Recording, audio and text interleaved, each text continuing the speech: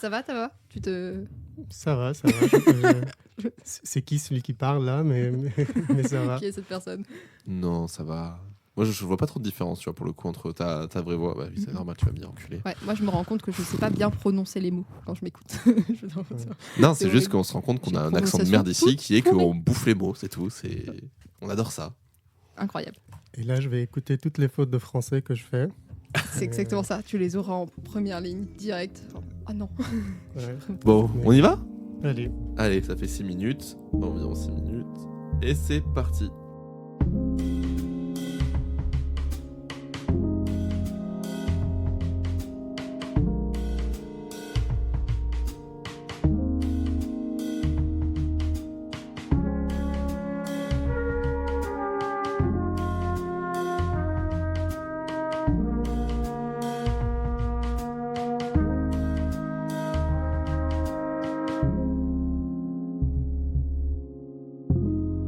Et bonsoir Laura. Et bonsoir Robin. Et comment ça va? Très bien et toi? Bah ça va super. Je te demande pas si tu veux lancer cette fois-ci, du Bah coup non. je vais lancer moi-même ce petit podcast. Bah, t'as dit du coup donc c'est bon, tu peux lancer. Let's go. On reçoit Ribal aujourd'hui. Ouais, bonjour. Comment ça va? Très bien, et vous? Ouais, ça va super. On te reçoit, tu es docteur en... Non, pas docteur, tu es thésard en immunologie. C'est C'est ça. ça. Depuis combien de temps? Depuis février 2021, Ok, donc presque 2 ans. ok, c'est Ouais. cool ça. Ouais. T'arrives sur la fin là, c'est ça? J'espère. Faut pas dire ça à un doctorant en deuxième Ok, année. pardon. Bien sûr, Je suis bien sûr. sensible. Bon, on y reviendra plus tard. Tu viens nous voir pour nous parler du coup de ta thèse qui parle de l'impact des médiateurs inflammatoires sur la perte de mélanocytes au cours du vitiligo. J'espère que ça sera plus simple à la fin. Mais t'inquiète pas, le but c'est qu'on résume tout ça et de toute façon on va attaquer étape par étape. Mais déjà je te propose de nous expliquer quel est ton rapport à l'immunologie. Alors, c'est plutôt mon rapport à la dermatologie. Ok. Je suis dermatologue. Ah, J'ai fait des études de médecine et de dermatologie au Liban. Et ok. donc voilà, après je suis arrivé en France en 2018. J'ai fait un master 2, j'ai fait une année ici en dermatologie et puis la thèse. Donc c'est d'abord la dermatologie qui m'a fait faire la thèse et ensuite l'immunologie, c'est parce que en fait, je m'intéresse beaucoup aux maladies de peau inflammatoires, donc qui font intervenir l'immunologie. Et voilà. D'accord. Tu t'es orienté vers ce sujet-là ou c'est quelque chose que toi tu as voulu apporter? C'est, on va dire, un peu des deux parce que quand je suis arrivé en France, moi je voulais faire de la recherche aussi essentiellement. C'est pour ça que je suis venu en France d'ailleurs pour faire de la recherche en dermatologie. Et je voulais plutôt travailler donc sur des maladies inflammatoires. Et en fait, ce qui a fait que j'ai travaillé sur le vitiligo, c'est que j'ai rencontré Julien Sénéchal, qui est mon chef aujourd'hui. Et lui, il travaille sur cette maladie-là, en recherche sur le vitiligo. Donc voilà. C'est comme ça que je suis tombé sur cette thématique-là. Et c'était la thématique de mon Master 2 aussi, ici. Donc, j'ai poursuivi un petit peu. Ok. On a de plus en plus de gens qui ont un sujet en Master 2 qui poussent après en thèse. Je trouve ça chouette parce que du coup, tu as vraiment une continuité et une logique dans ce que tu fais. C'est chouette, ouais, c'est chouette parce que justement, tu continues ce que tu as fait. Mais je trouve que ça serait plus intéressant de faire autre chose en thèse que ce que tu as fait en Master 2. Ça permet une ouverture d'esprit, je trouve. Ouais. Ouais, tu as fait ça. J'ai fait ça. Ouais, tu trouves pas que Bah moi j'aimais bien l'idée d'apprendre des choses différentes. Donc oui, mais j'avais déjà fait ça sur tous mes stages. J'avais chaque fois changé de laboratoire, changé de thématique. Mais c'est parce que j'avais envie. Mais après, continuer dans mon labo en Master 2, ça m'aurait plu aussi. Hein, c'était pas... Ouais, c'est bien, mais juste pour avoir plus d'ouverture d'esprit. Et puis même, j'aime bien l'idée de découvrir de nouvelles thématiques pour voir si ça peut te plaire ou pas, des différentes façons de travailler. Parce que quand tu es tout le temps dans le même laboratoire, tu es un peu dans ta bulle. Tu considères que la recherche, elle se fait de cette façon parce que tu es dans un environnement qui se fait de cette façon. Mais quand tu changes de labo, tu te rends compte que pas du tout. Que chaque équipe a un peu sa façon de travailler, sa façon de dialoguer, d'interagir en tant que groupe, etc. Donc, c'est vachement intéressant. C'est bien de changer. Je dis ça, j'ai changé plusieurs fois dans ma vie, mais Et à la base, tu voulais faire que de la recherche quand tu es venu en France ou tu voulais coupler les deux? Tu voulais faire un peu PUPH au final, plus tard, tu vois, dans l'idée oui, de alors faire là, ça sort des termes. Attention, on est... professeur de divinité et praticien hospitalier, c'est les médecins qui font aussi de la recherche. Ok. ouais, c'est très compétitif ça, donc je sais pas, on verra les opportunités si j'en aurai. Mais oui, c'est pour faire un peu les deux, activité clinique et recherche. Et tu exerces là en France ou pas du tout? Non, j'ai pas le droit d'exercer Ok. en France parce que mon diplôme n'est pas de l'Union européenne. Ah oui. Donc il faut passer par un processus d'équivalence. La première étape, c'est un concours écrit. Ok. Donc ça, je l'ai passé en 2021 aussi. Je l'ai réussi. Bah, félicitations. Merci. Et la deuxième étape, c'est de faire ce qu'on appelle un clinica. En fait, c'est 3 ans en tant que chef de clinique, enfin, avec ces fonctions-là, à l'hôpital public. Donc, en fait, tu exerces à l'hôpital public pendant 3 ans. Ça sera un peu la fin d'un internat, quoi. Ouais, Après c'est après l'internat. Après l'internat, en général, ils sont chefs de clinique Voilà, pendant un c'est ça. temps à l'hôpital. Ça sera un peu style. C'est équivalent à ça, ouais. Bah, chouette parcours, hein. Ça, c'est impressionnant. Je suppose que tu es venu en France parce qu'au Liban, la recherche, c'est compliqué. C'est très compliqué. Ouais.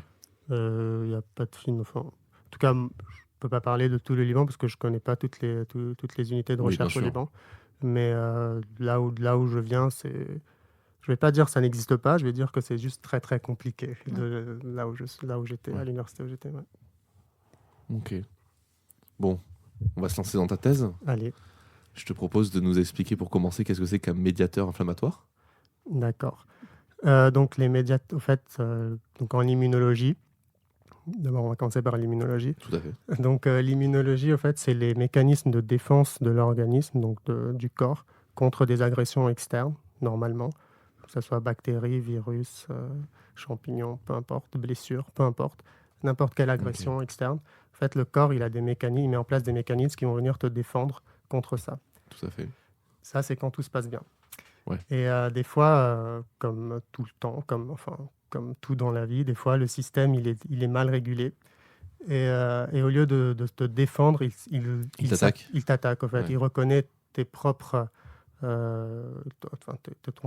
organes comme étant étrangers et il les attaque. C'est les maladies auto-immunes. C'est les maladies auto-immunes. Ok. Dont fait partie le vitiligo. Et donc, quand il l'attaque, il va utiliser des armes. Ces armes-là, c'est ce qu'on appelle des médiateurs inflammatoires. Ok. Donc, grossièrement, ça va être, si c'était une guerre, je ne sais pas moi, un fusil, une épée, un tank, peu importe. En immunologie, c'est des médiateurs inflammatoires qu'on appelle des cytokines. Ok. Et voilà, donc c'est ça. Et ces cytokines, tout le monde les a dans son corps ou c'est que ces personnes qui ont du coup ces maladies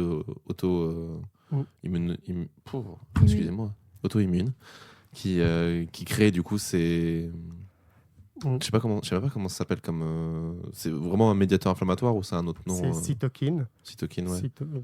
Dont fait partie les cytokines. Tu as les cytokines, des chimiokines, des facteurs de danger, mais moi je m'intéresse surtout aux cytokines. C'est des protéines ou... Ouais. Ok. Donc tout le monde les a, oui. Ok. En fait, ton corps te défend entre autres grâce à ces cytokines-là. Ok. Donc on va parler Covid par exemple, puisque c'est à la mode. Bah, let's go. Covid, donc si tu attrapes le Covid, ton corps il va te défendre en produisant plusieurs cytokines. Et chacune de ces cytokines-là va avoir un rôle dans la défense, dans ta défense, en fait, dans la défense de ton organisme. Il y en a qui vont avoir comme rôle de contrôler la prolifération, donc la multiplication des virus. D'autres vont avoir des rôles d'aller tuer ce virus. D'autres vont avoir des rôles par exemple, la fièvre. En fait, c'est l'action d'une cytokine qui va faire que la température de ton corps va augmenter. Donc, pour mieux contrôler la maladie. Donc, en fait, tout ça, c'est des actions de cytokines, entre autres, qui font que ton corps te défend. Donc, tout le monde en a. Ceux qui n'en ont pas, là, ils sont ils ont un déficit immunitaire ou sous immunosuppression. Enfin, voilà. Parce qu'on va remettre un peu les choses en place. Moi, j'ai arrêté la bio en terminale. Donc, à peu près 18 ans. Donc, ça fait 10 ans que je n'ai pas fait de bio. Pour moi, la défense immunitaire du coup du corps, il y avait 2 actions. Il y avait les anticorps qu'on représentait souvent par un petit point rouge. Et je sais plus comment ça s'appelle les trucs en Y Ça, c'est les vert. anticorps. C'est l'inverse. C'est l'inverse. Salut, c'est moi. C'est antigène. C'est ça, le petit point le rouge. ouais, voilà ça. Le petit point rouge, c'est l'antigène. Et l'Y, c'est l'anticorps. Ok. Qui va venir reconnaître, au fait, si tu veux, il vient se coller du coup sur le virus pour le... Voilà, l'anticorps, en fait, le virus va avoir plusieurs antigènes. Ok. Et les anticorps sont spécifiques à ces antigènes, vont venir se coller sur ces antigènes-là pour avoir une action. Ok. Et tous ces antigènes, est-ce que ça fait partie du coup de ces protéines sur lesquelles toi tu as travaillé ou qu'on parle depuis tout à l'heure? Non, moi je regarde pas le rôle des anticorps. Ok. Je regarde pas ça. Je m'intéresse vraiment à tout ce qui est tout ce qui est produit par la cellule immunitaire, autre que les anticorps, et spécialement les cytokines. Okay. Je regarde pas vraiment les anticorps parce que le rôle des anticorps, donc ces fameux Y là, ouais. Dans le vitiligo n'est pas encore. Il n'est pas. C'est pas encore bien détaillé. Ouais, on ne sait pas vraiment s'il y a si la physiopathologie, donc le mécanisme de la maladie passe vraiment par ces anticorps-là, il passe plutôt par autre chose, donc les cytokines. Et qu'est-ce qui crée ces cytokines du coup? Donc c'est une maladie, comme je disais, c'est une maladie auto-immune. Donc c'est les cellules immunitaires, on va les appeler lymphocytes. Ouais. Ils vont en fait reconnaître le mélanocyte. Le mélanocyte, c'est la cellule de la peau qui va te produire le pigment de la peau, la couleur de la peau. Donc en fait, il va reconnaître ce mélanocyte comme étant un danger. Okay. Et quand il va le reconnaître comme étant un danger, il va produire des armes. Ces armes, c'est les cytokines. Et c'est comme ça qu'il va s'attaquer aux mélanocytes, donc aux cellules de la couleur. Donc on a un corps dans lequel il y a des protéines qui sont faites pour nous soigner, qui s'attaquent à des cellules, en l'occurrence les cellules de la mélanocyte de la peau, et qui les attaquent sans raison. Voilà. Ok. Enfin, sans raison, oui. Qui ne devrait pas... Peut-être là-dessus qu'on va aller, du coup. Mais moi, peut-être pour faire... T'es la première thèse en immunologie, alors peut-être faire un point inné-acquis et un point immunologie en général. Oh là, le flashback. Ouais. Désolée, mais un petit rappel, parce que le lymphocyte, ça parle pas forcément à tout le monde. Oui, non, bien sûr. Ouais. Donc, en fait, en immunologie, grossièrement, on sépare l'immunité en deux axes, on va dire, l'immunité innée et une immunité adaptative ou acquise. L'immunité innée, c'est vraiment très vulgaire ce que je vais dire, c'est une immunité qui n'a pas de mémoire d'abord, parce que donc ça veut dire qu'un jour, si tu vas tomber malade, la première ligne de défense, ça va être l'immunité innée, donc des cellules autres que les lymphocytes, ça va être par exemple des neutrophiles, peu importe. Et eux, ils vont réagir très vite, très rapidement, mais de la même façon, de la même intensité qu'ils réagiraient contre un autre virus, une autre bactérie. Ils ne sont pas spécifiques à la maladie ou au virus qui t'attaque. Alors que pendant ce temps, ils vont aller envoyer un signal à un autre système d'immunité, qui est l'immunité acquise, qui, elle, va développer des armes un peu plus poussées, donc des lymphocytes, qui, eux, sont des cellules qui sont plus spécialisées et qui ont la caractéristique de garder une mémoire, ce qu'on appelle la mémoire immunologique. Ça veut dire que aujourd'hui, elle a reconnu ce virus, le Covid, par exemple, tu as le Covid. Ces cellules-là vont s'attaquer au Covid et ils vont garder ce qu'on appelle une mémoire. C'est ce qu'on utilise c'est ça le but, au fait, des vaccins, d'avoir cette mémoire-là immunologique. Si un jour elle va re-rencontrer le Covid, elle n'aura plus besoin d'attendre cette phase-là où elle va essayer de reconnaître le virus. Elle peut directement se multiplier et directement attaquer le Covid avec une intensité beaucoup plus élevée que la première fois. Donc, je ne sais pas si j'ai bien expliqué. C'est très clair. Et du coup, les lymphocytes dont tu parlais tout à l'heure, ils rentrent dans quelle catégorie ? Alors, on l'a toujours classé, les lymphocytes T, donc les lymphocytes dans l'immunité adaptative. Voilà, on va rester comme ça. Pour un premier cours, ce sera tout.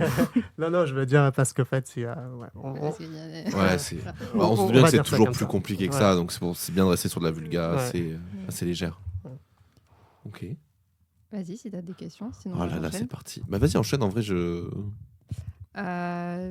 Pour que les gens puissent visualiser, tes lymphocytes, ils se baladent dans quoi dans ton corps? Alors, Et tes cytokines, ils sont relargués où? Et comment est-ce qu'ils atterrissent jusqu'à tes cellules de peau? d'accord. Donc, les lymphocytes, ce sont des cellules qui, normalement, sont qui sont dans le sang, qui circulent dans le sang. Et puis, il y a des lymphocytes qui vont migrer du sang vers les organes. Donc, ils peuvent migrer vers cerveau le cerveau, vers la peau, vers le foie. Enfin, ils vont migrer vers les intestins. Et puis, il y en a qui vont rester sur place. Donc, moi, les lymphocytes auxquels je m'intéresse, ce sont les lymphocytes qui sont restés dans la peau. Et puisqu'ils vont s'attaquer aux mélanocytes, donc forcément, ils sont dans la peau. Et puis, voilà, c'est ces lymphocytes-là auxquels je m'intéresse. C'est aux cytokines de ces lymphocytes-là. Ok. Ça me paraît très clair. J'ai peur de la douille. Je sens qu'il va y avoir un truc au bout d'un moment où je vais être en mode quoi. Moi, t'as pas de questions? Moi, j'enchaîne. Hein. Mais enchaîne. Enchaîne, En vrai, ok. là, je suis chaud. Ok. Question. C'est quoi les causes qu'on reconnaît actuellement comme factuelles pour expliquer le vitiligo? C'est quoi les facteurs qui déclenchent ça? Oui. Alors, le vitiligo, il y a plusieurs facteurs. Déjà, il faut qu'il y ait une prédisposition génétique. Je ne sais pas ici en France, mais en tout cas au Liban, quand on parle de prédisposition génétique, on pense directement à hérédité. C'est deux choses différentes. Je ne sais pas si en France, dans la population Je générale. pense que c'était encore le cas il y a quelques années. Je pense qu'on a bien aujourd'hui débunké cette idée que hérédité et génétique, ça, c'est pas tout à fait pareil. Voilà. Donc en fait, il y a des prédispositions génétiques. Et puis chez un individu qui a ces prédispositions génétiques, à un moment donné, il y a un facteur qui va venir déclencher au fait la maladie. Ce facteur, on n'arrive pas encore à bien l'identifier, mais on sait que le stress joue un rôle. On sait que il y a des virus, comme notamment l'herpès, qui peut jouer aussi un rôle. Charmant. Et puis il y a aussi les traumatismes. Donc, et je ne sais pas si vous Physique, avez tu veux dire? Traumatisme Ouais, les physique, traumatismes psychologique. Ouais. physiques. Je ne sais pas si vous avez déjà vu quelqu'un avec du vitiligo. Je vois pas trop. Alors, c'est ce qu'on disait, c'est une décoloration du coup blanche sur la peau, c'est ça? Ouais.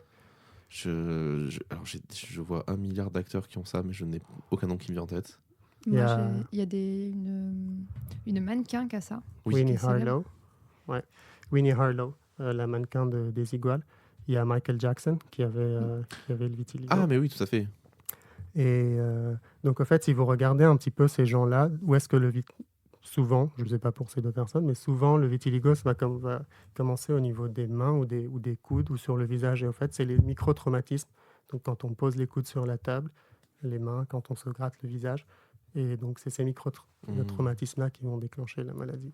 Et est-ce qu'on sait pourquoi cette action mécanique a un effet sur l'agression des cytokines sur les cellules? En fait, il y aurait plutôt un effet sur le mélanocyte lui-même Ok. qui va s'activer, on va dire s'activer et relarguer des signaux de danger pour dire au système immunitaire attention, je suis en danger. Et le système immunitaire, il va l'attaquer en pensant que c'est la panique, alors Voilà. que pas du tout. Donc c'est pour ça que tu m'as repris tout à l'heure, c'est pas le système immunitaire qui aurait un problème, ce serait plus du coup les mélanocytes qui créent un faux problème. C'est les deux. C'est en un peu fait. les deux, ouais. C'est les deux. Avant, on pensait que le vitiligo, c'était juste une histoire le mélanocyte était la cible, et puis le système immunitaire attaquait sa cible. Et là, de plus en plus, et c'est une partie de mon projet, on se rend compte qu'en fait, le mélanocyte, il joue un rôle aussi, il n'est pas que la cible, en fait. En fait, le mélanocyte envoie un message et Merde, j'ai oublié le nom du coup de la protéine, c'est le cytokine. Et du coup, le cytokine ne comprend pas qu'il n'y a pas de problème et guérit quand même, en fait. Le lymphocyte, il ne comprend pas qu'il n'y a pas de problème et il envoie ses armes, et ses armes, ce sont les cytokines. Ok. Donc, en fait, il faut vraiment imaginer ça comme une guerre, on va dire, entre le mélanocyte et le système immunitaire, seulement qu'il ne devait pas y avoir cette guerre. Mais ça fait un peu... Je veux dire, je vais résumer ça, mais du coup, c'est hyper con. On parle de cellules, mais ça fait hyper con comme guerre où c'est vraiment deux gars qui se battent, qui savent pas pourquoi. C'est un peu comme toutes les 80% guerres. des guerres. Oui. Non, si. La plupart du temps, il n'y a pas de raison. Hein. Ils savent pourquoi ils se battent, mais ils le disent pas à leurs soldats. C'est ça la différence. C'est vraiment, j'ai l'impression qu'il y a vraiment deux mecs qui veulent se battre. Il faut, ouais, pourquoi on va se battre? J'en sais rien. Mais on va se battre. On va se battre. On va se battre. On va se taper. Et après, ce sera blanc. Mais alors, si c'est au niveau du mélanocyte, est-ce que... Parce qu'il y a la reconnaissance du soi sur les cellules. Le soi, c'est un genre de marqueur. Ton système immunitaire, il sait que c'est toi et pas quelqu'un d'autre, pas une autre cellule. Ok. C'est un genre de marqueur à toi qui t'appartient à toi. Est-ce que c'est Est-ce une que sorte de c'est ce tatouage truc-là génétique qui marche plus ou est-ce qu'il envoie juste des signaux autres qui font que il croit qu'il y a un danger, mais il reconnaît quand même la cellule comme étant du soi? En fait, il va envoyer d'autres signaux de danger. Donc, en fait, déjà, le mélanocyte de base, c'est une cellule stressée parce qu'il produit le pigment, il produit la mélanine, qui est le pigment de la peau. Et cette mélanine-là, au fait, pour la produire, il faut énormément de stress. Le mélanocyte, produit énormément de stress, donc d'espèces réactives d'oxygène pour produire le pigment de la peau. Et donc, déjà, de base, le mélanocyte est stressé. Et quand, en plus, à cause d'une prédisposition génétique et un facteur environnemental ou peu importe, ça va venir stresser encore plus le mélanocyte. Il va envoyer un signal de danger. On les appelle d'ailleurs signaux de danger. Donc, pour dire au système immunitaire, attention, je suis en danger. Enfin, c'est pas bon. Ok.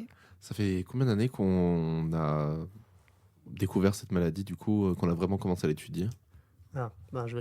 Découvert, je pense qu'il y a des représentations avec vitiligo sur des hiéroglyphes. Enfin, Ah ouais. Ouais.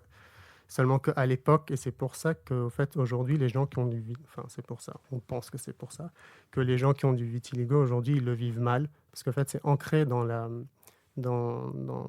l'imaginaire collectif. Ouais, voilà, merci. Il n'y a pas de souci. Parce que depuis longtemps, depuis l'Égypte ancienne jusqu'à je sais plus quand, on confondait le vitiligo avec la lèpre. Ah. La lèpre, c'est cette maladie je sais pas, vous connaissez. Ouais. Moi, j'en ai vu malheureusement. Ah, mais- t'as vu de la lèpre? Oui. Eh ben, moi non, et j'en suis bien content. Je J'ai cru suis comprendre que très c'est des contente de pas avoir bouts de ça. morceaux qui tombent, donc je ne peux pas savoir. Voilà. Donc, c'est une maladie contagieuse. Et avant, on pensait que ceux qui avaient la lèpre, en fait, ils étaient maudits.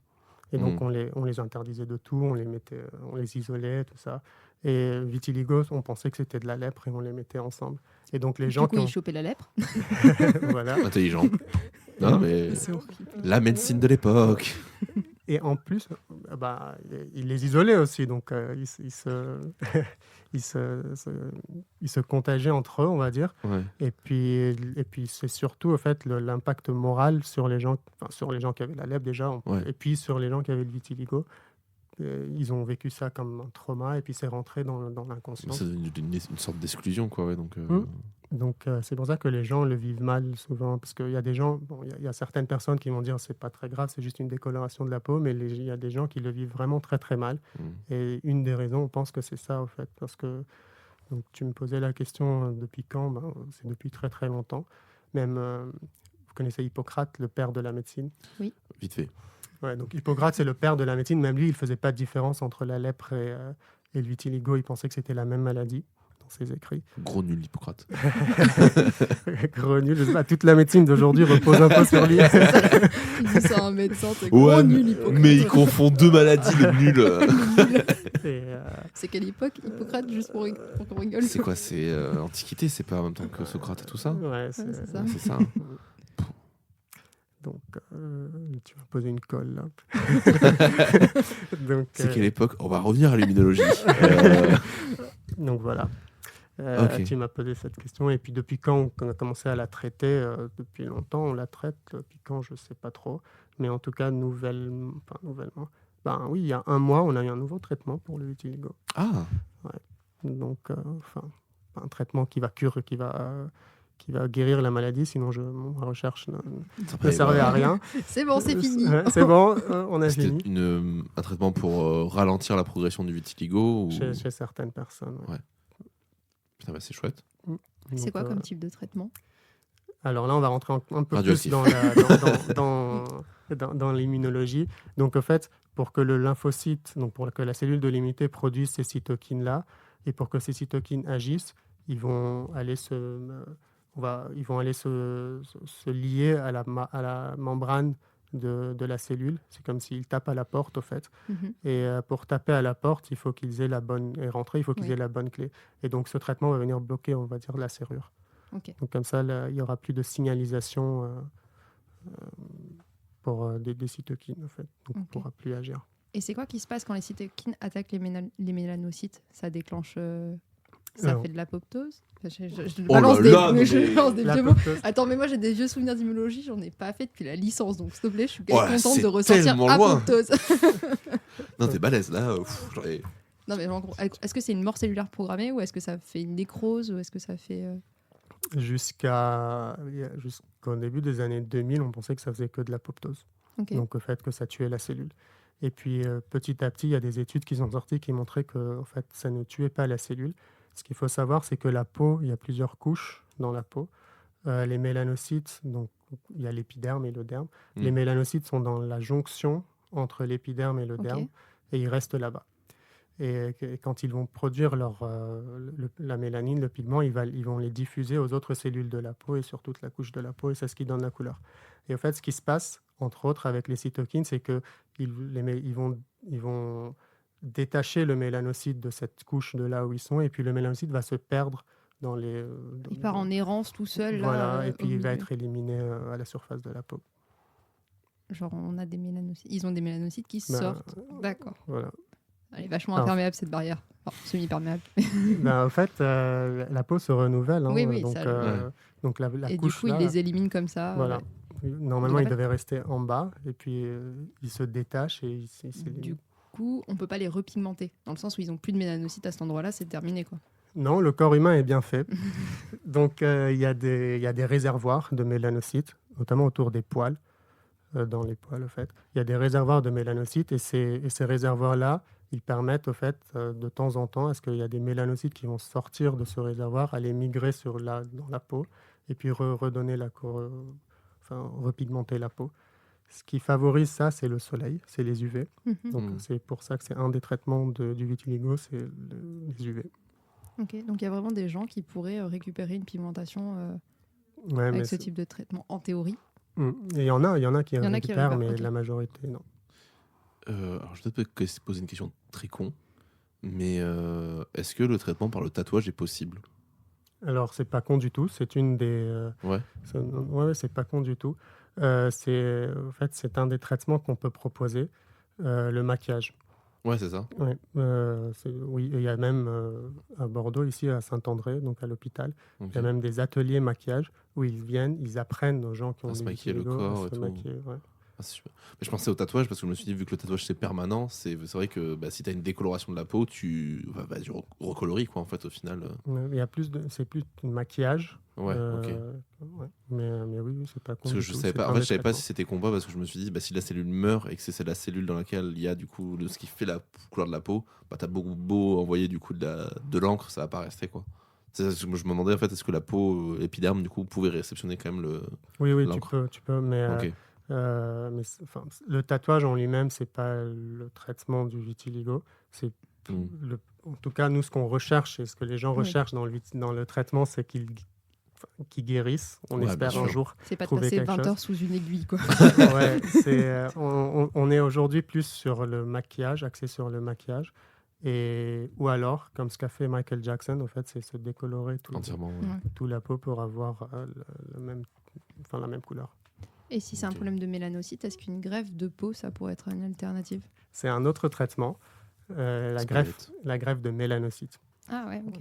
Donc on prend des mélanocytes, on prend de petits morceaux de peau, on extrait les mélanocytes et puis on les remet là où ils sont censés être. Voilà. Et qu'est-ce qui va changer entre ces nouveaux mélanocytes versus ceux qui ne marchaient pas de base? Alors pour faire ça, il faut que la maladie soit stable. Parce que si le système immunitaire il est encore actif, il s'emballe de fou. Tu as beau mettre des il différencie pas les mélanocytes quoi, donc il va les attaquer. Donc tu as beau en mettre, il va les attaquer. Et puis... Tu sais, c'est un système, c'est comme un ordinateur, tu appuies sur un bouton, ça fait son action. Le corps, c'est à peu près pareil. Donc, le corps est un ordinateur. Une fois qu'il est lancé, il est lancé. Attends, tu veux dire qu'on est dans la matrice là? Oui. Ok. T'as pris quelle pilule? Là, moi, je suis ignorant. Matrix. Non, J'avoue que Matrix était un des films quand j'étais, parce que je suis beaucoup plus vieux que vous, je crois, quand j'étais à l'école, enfin encore à T'as quel âge? 32. Oh, ça C'est pas va. beaucoup plus C'est pas vieux. beaucoup plus. Ouais, On non. a 28. Ah, ok. Ça va. Donc, quand j'étais à l'école, au lycée, je sais plus. Et puis tout le monde autour de moi, Matrix. Donc, je suis allé voir, c'est quoi ce Matrix? J'étais, c'est pas Ah, t'as trop, pas kiffé? C'est trop pas ton mon- truc, c'est la pas trop mon science-fiction? truc, ouais. Putain, Ah moi, non. quand j'étais gamin, quand je l'avais vu, j'avais rien bité. Et quand je l'ai regardé un peu plus grand, j'ai trouvé ça incroyable. Je trouve ça Peut-être- fou furieux. Peut-être qu'il faut que je regarde, je sais pas. Mm. Et c'est pareil pour Lord of the Rings, je sais pas. Aïe, aïe, aïe. Ouais, Tu viens de t'adores. briser le J'ai mal cœur à de mon Laura, petit là. cœur. Ah ouais. Ça aussi, tout le monde. Non, non, je suis allé voir, oh non, je peux pas. Lord Moi, of the je les Rings, ai vus au j'ai moins le même cinéma. rapport. Ouais, je l'ai vu le 3 au cinéma. Je m'étais rattrapé le 1 et 2, et le 3, je suis allé le voir au cinéma, j'ai adoré. Moi, j'ai vu les 3 avec mes parents au cinéma. J'étais beaucoup trop petite pour voir ce film. Et mon frère encore plus, qui avait 3 ans de C'est moins. vrai. L'éducation chez mes parents, bonjour. Mais on en a gardé un très bon souvenir, lui et moi. Ouais. Mon père est un peu un geek et ma mère préfère un peu la science-fiction, donc Matrix, pareil, c'est ma mère. Alors, c'est vrai que j'allais dire, c'est pas pareil parce que je trouve que Matrix, c'est d'un point de vue technique, je le trouve fou furieux. Alors que Lord of the Rings, je trouve que c'est un des meilleurs divertissements qu'on puisse proposer. Mais en fait, c'est faux parce que techniquement, Lord of the Rings, il y a 1 milliard de trucs qui ont été faits et qui sont fous. Ils ont créé un logiciel. Ah, ça, c'est intéressant, j'ai jamais dit, je crois. Ils ont créé un logiciel une sorte de moitié IA, moitié logiciel de création de personnages pour les scènes de bataille. Et c'est un logiciel qui a été réutilisé derrière dans les jeux vidéo et tout ça. En fait, où ils disent tu crées un bonhomme, tu lui crées une arme qui tient, et du coup, ils créent artificiellement du coup la personne, tu vois, le corps et tout ça. Et après, ils se battent tout seuls. Tu les lances, après, tu lances 1000 personnes de chaque côté et ils vont naturellement aller se battre et tout ça. Il y avait un truc C'est sur fou Twitch furieux. il y a quelques mois sur ça. Je vous renverrai vers la Ou vidéo c'était- de de cinéma avec un S au début. Parce que c'est science et cinéma. Et où il Ok. avait fait tout un truc sur Lord of the Rings, c'est fascinant. Eh ben, il y a un truc qui existe, un jeu qui existe comme ça, où tu programmes des armées, tu programmes un nombre de personnages de quelle catégorie en face les unes les autres, et tu les laisses se lancer et se battre jusqu'au dernier pour voir quelle équipe gagne. Et il y a Domingo sur Twitch qui Qui avait fait joué à ça. ça il y a quelques mois, et je sais plus le nom du truc évidemment. mais On retrouvera. si les gens veulent, ça intéresse. Ce jeu existe, vous pouvez choisir faire attaquer 1000 orques par 70 000 gobelins et voir qui gagne à la fin, tu vois. Il y a un compte Twitter, qui existe, Instagram et des TikTok, où c'est une bataille de pierre-feuille-ciseaux qui a lieu, et quand c'est dans l'écran du téléphone, et dès que par exemple un ciseau touche une pierre, ben, le ciseau devient une pierre. Et dès qu'une feuille touche une pierre, il devient une feuille. Et du coup, il les lance comme ça un peu partout. Et en fait, tu regardes le TikTok en mode alors qui c'est qui va gagner? Qui gagne à la fin? Ça me rend ouf. C'est le Shifumi le plus long du monde. Mais du coup, qui gagne à la fin? Bonne question pour se dire quel est le but de cette thèse là, pour toi? C'est de savoir comment régler ça? C'est de mieux, avant de savoir régler, il faut mieux comprendre ce qui se passe. Parce Ok. que là, je vous ai expliqué un petit peu en gros là, ce qui se passe, mais le mécanisme qui fait que le mélanocyte se détache et puis se barre, on ne connaît que très peu. Ok. Et pour pouvoir arrêter ça, il faut savoir comment ça fonctionne. Donc t'es là pour Euh, approfondir du coup les connaissances Voilà. dans cette maladie et dans le processus du coup immunologique. Voilà, donc je travaille surtout sur, donc j'ai dit les cytokines. Je regarde un petit peu ce qu'ils font sur les mélanocytes. Donc je prends des mélanocytes que je bombarde avec des cytokines et je regarde comment ils réagissent. Et Je j'essaie fais de... complètement ce qu'on a dit du coup tout à l'heure. Tu mets C'est 2 ça. équipes et tu les fais se Tu battre. C'est les ça, lances, c'est ça. qui va gagner? Tu lances des paris des fois ou J'aurais aimé lancer des paris, mais je le crois que- labo? Allez! et donc voilà, c'est ça que j'essaye de faire. Mieux comprendre donc, ce qui se passe Ouais. là pour pouvoir après, un jour, peut-être quelqu'un après moi, trouver un truc. Ok. Ouais, Voilà. c'est Bien. fascinant. Et il y a d'autres protéines que la cytokine qui attaquent du coup, c'est ça? Il y a plein de facteurs qui vont rentrer en jeu. Ok. C'est pour ça en fait, qu'on n'arrive pas vraiment à traiter, parce que si on pense, par exemple, les gens qui ont travaillé sur ce nouveau traitement dont je vous ai parlé, si c'était que ça, ben, en donnant le traitement, tout le monde allait guérir et puis voilà, c'est Mm. bon, c'est fini.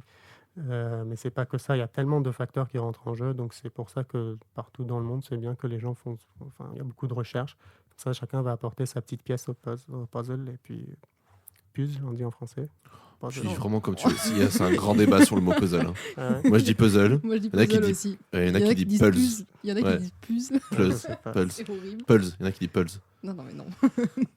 Alors, puzzle. Pour moi, puzzle. C'est ce qui est pas Non, logique mais du de coup. toute façon, les mots qu'on a du mal à écrire en français, on ne sait pas les prononcer. Du coup, chacun a sa prononciation, on tente des choses. De toute façon, au pire, tu testes et puis tu vois. Ouais, Tu regardes la tête des gens c'est ce que après. je fais depuis, Les gens. Comment réagissent les gens? Ah, c'est bizarre, bon. C'était pas ça. Faut négocier. Mm. Bah si, un psul. Un Vous voyez, puzzle. un psul. Vous voyez. c'est comme quand je suis arrivé à Bordeaux. J'ai fait, je sais plus où j'étais, enfin, dans un grand supermarché. Je faisais mes courses parce que je venais d'emménager. Et puis j'arrive à la fin. La dame à la caisse, elle me dit vous voulez une poche? J'ai dit non, merci. Est-ce que je peux avoir un sac? Mais je vous jure que c'est vrai, c'est pas un cliché. Je vous jure que c'est vrai. Et elle me sort le sac. Elle me dit une poche. J'étais ah ok. Moi je pensais qu'elle voulait me vendre, vous savez, les petits trucs là avec les fermetures éclairs. Oui. Je pensais que Ça c'était. va, ça, on sait pas faire non plus. C'est pas qu'on sait pas faire. Merde, c'est une poche. C'est comme ça. Oui. Vous dites poche aussi? Moi, Oui, je dis, on moi, dit je dis poche. poche. Ouais. Ouais. Ouais, je Bon, on est savais bordelais, quoi. Pour moi, Ouais, une mais- poche, c'est un petit sac. C'est. Oui. On dit pas un petit sac, on dit une poche. pas. Non, ouais. Moi je savais pas. Non, mais c'est non, mais bien c'est évidemment. juste à Bordeaux, hein, c'est juste Ouais, au sud de comme la- chocolatine C'est- aussi. Oui, c'est ça. Oui, mais ça, on a raison. Mais c'est ça, régional, on va dire. Ça, on m'en avait parce que j'avais.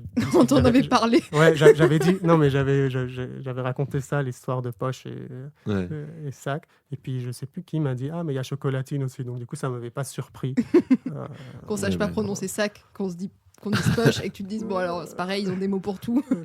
Non mais c'est quand je suis allé pour un pain au chocolat et que j'ai dû dire chocolatine, ça m'avait pas surpris. T'étais Enfin, où en France avant ça?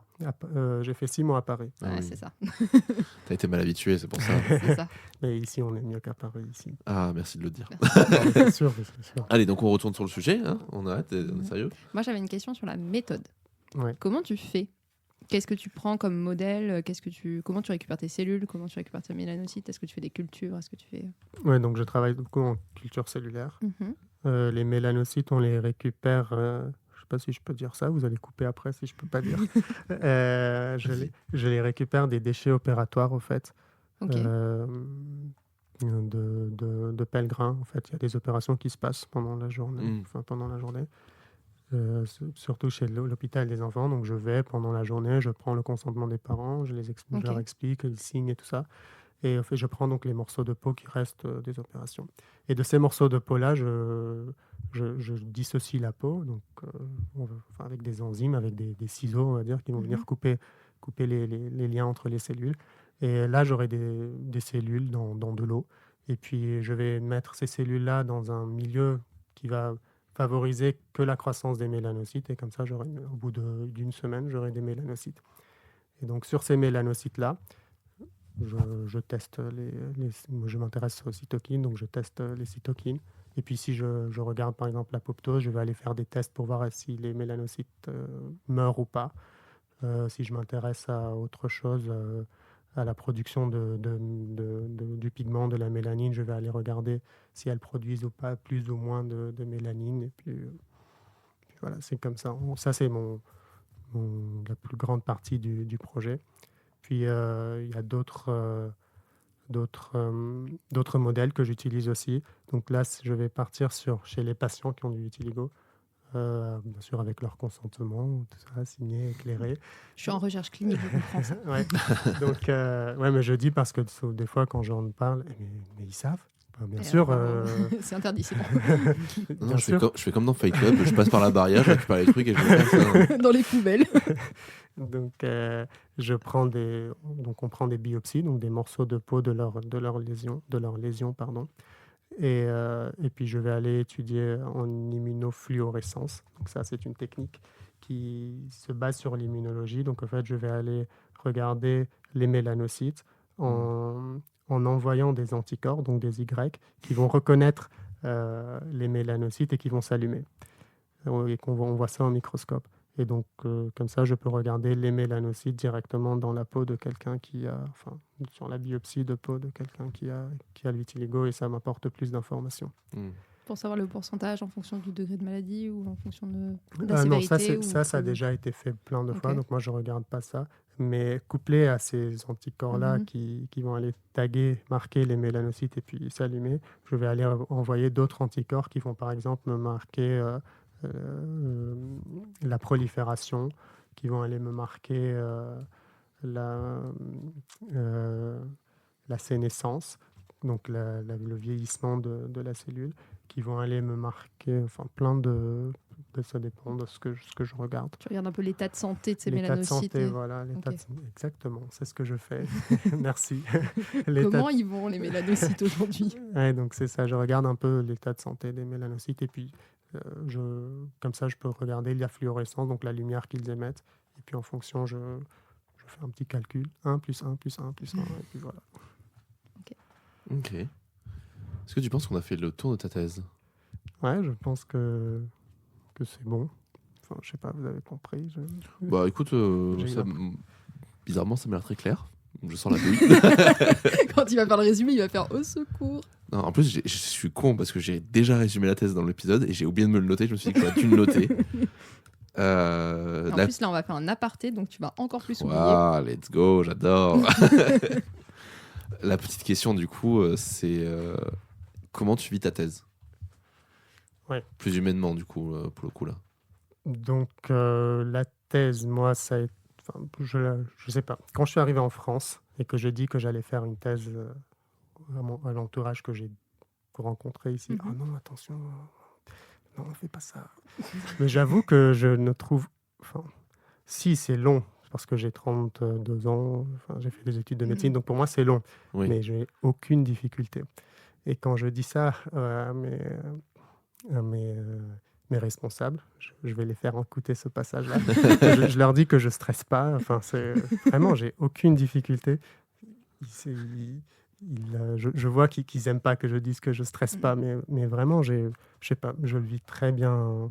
C'est un peu ça, c'est un truc qui moi m'énerve un peu en France, c'est qu'on a l'impression que le travail, ça, c'est censé être quelque chose de dur et difficile. Mais alors, t'as envie de dire, mais si je kiffe mon taf et que je n'en chie pas, tant mieux, non? Et que ça se passe bien, Et que normalement. ça se passe bien, ouais. C'est censé être positif. Ouais, mais c'est pas le fait pour moi en tout cas, je parle. C'est pas le fait d'aimer ou de pas aimer, c'est juste que on m'a tellement dit tu vas rencontrer des difficultés, tout ça. C'est sûr, dans une thèse, tu as plein de difficultés. Mais peut-être c'est parce que peut-être parce que j'ai connu un peu plus de difficultés, peut-être que d'autres personnes, je sais pas. Pour moi, c'est très facile. Le lendemain, tu te réveilles et puis une autre journée commence et puis voilà, c'est fini. Mon idéal de vie. Se lever, ne pas se dire, oh, ça va être dur aujourd'hui. Ouais.